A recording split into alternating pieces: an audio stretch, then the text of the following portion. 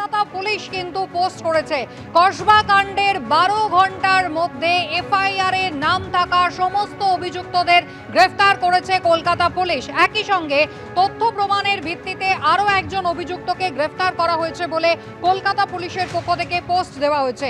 নির্যাতিতা এবং অভিযুক্তদের মেডিকো লিগ্যাল টেস্ট করা হয়েছে। বিশেষ তদন্তকারী দলের নজরদারিতে ঘটনাস্থলের অর্থাৎ প্লেস অফ অকারেন্সের ফরেনসিক পরীক্ষাও করা হয়েছে কসবা কাণ্ডে পোস্ট কলকাতা পুলিশের।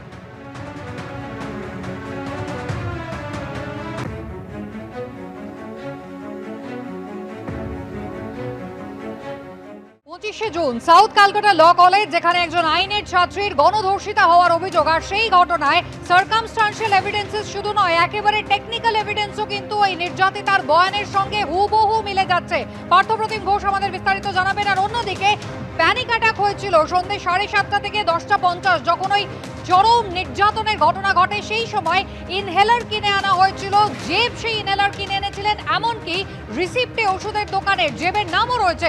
বিস্তারিত জানবো সন্দীপের কাছে, তবে তার আগে এভিডেন্স সংক্রান্ত তথ্য জানাবেন পার্থপ্রতিম ঘোষ। পার্থ, ঠিক যেমনটা একদিকে সিসিটিভি ফুটেজ রয়েছে, অন্যদিকে বয়ান রয়েছে, আদার্স যে টেকনিক্যাল যে এভিডেন্সগুলো, যার মধ্যে মূলত কল ডেটা রেকর্ড, এই সবটা মিলে যাচ্ছে।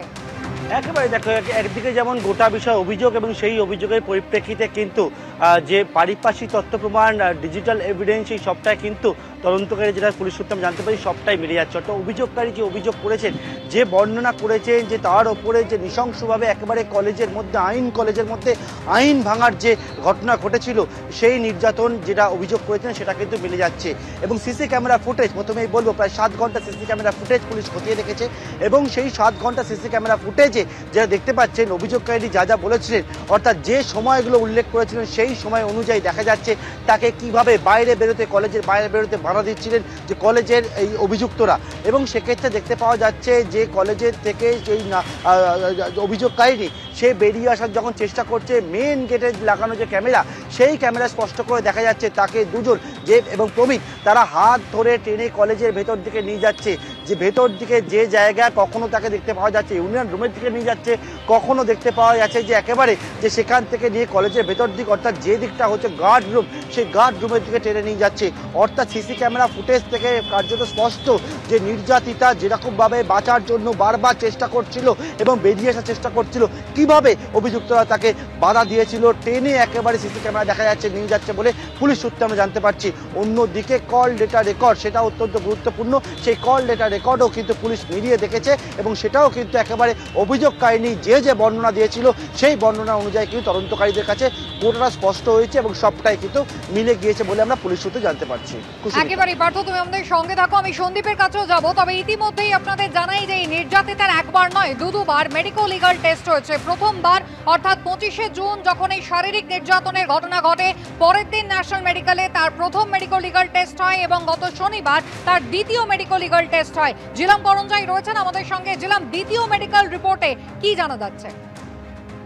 এখানে তোমাকে জানিয়ে রাখবো যে দ্বিতীয় মেডিকেল লিগ্যাল টেস্ট যেটা হয় শনিবার দিন সকালে মেডিকেল কলেজ কলকাতার ফরেনসিক ডিপার্টমেন্টে হয়। সেখানে এই মেডিকেল লিগ্যাল টেস্ট প্রাথমিকভাবে যারা করেন তারা হচ্ছেন ফরেনসিক বিশেষজ্ঞ, একজন মহিলা শিক্ষক চিকিৎসক এবং স্ত্রীরোগ বিভাগের একজন মহিলা শিক্ষক চিকিৎসক। এবং ফিজিক্যাল এক্সামিনেশন পর যে অবজারভেশনগুলো আছে তার মধ্যে একটি হচ্ছে তার যে যৌনাঙ্গ, সেখানে ইনজুরি, আঘাতের প্রমাণ তারা পেয়েছেন। তারা শরীরে ঘাড়ের কাছে স্ক্র্যাচিং, আঁচড়ের প্রমাণ পেয়েছেন। তারা শরীরের সামনের দিকে সেখানেও আঁচড়ের প্রমাণ পেয়েছেন। একই সঙ্গে তারা যৌনাঙ্গে যে রক্তক্ষরণ বা রক্তপাত হয়েছে সেরকম প্রমাণ পেয়েছেন।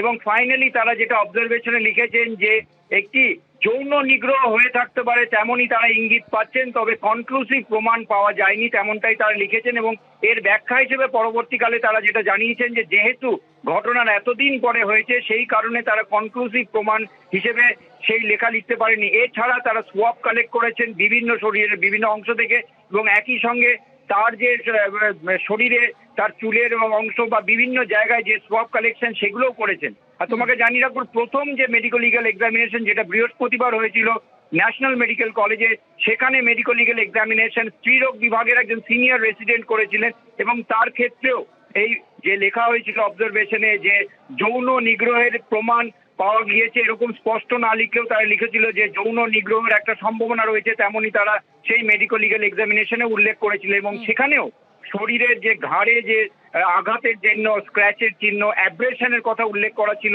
শরীরের সামনের অংশেও আঘাত, অ্যাব্রেশন বা তার স্ক্র্যাচিং এর কথা উল্লেখ ছিল। অর্থাৎ দুটো মেডিকেল লিগ্যাল টেস্টে যে অবজারভেশন সেগুলো প্রায় একই রকম এবং একই সঙ্গে তাদের যে কনক্লুশন, প্রাথমিক কনক্লুশন সেটাও এক, যদিও সোয়াব টেস্টের রিপোর্ট এবং অন্যান্য বিষয়গুলো করবোরেট করার জন্য এখন অপেক্ষা করা হচ্ছে।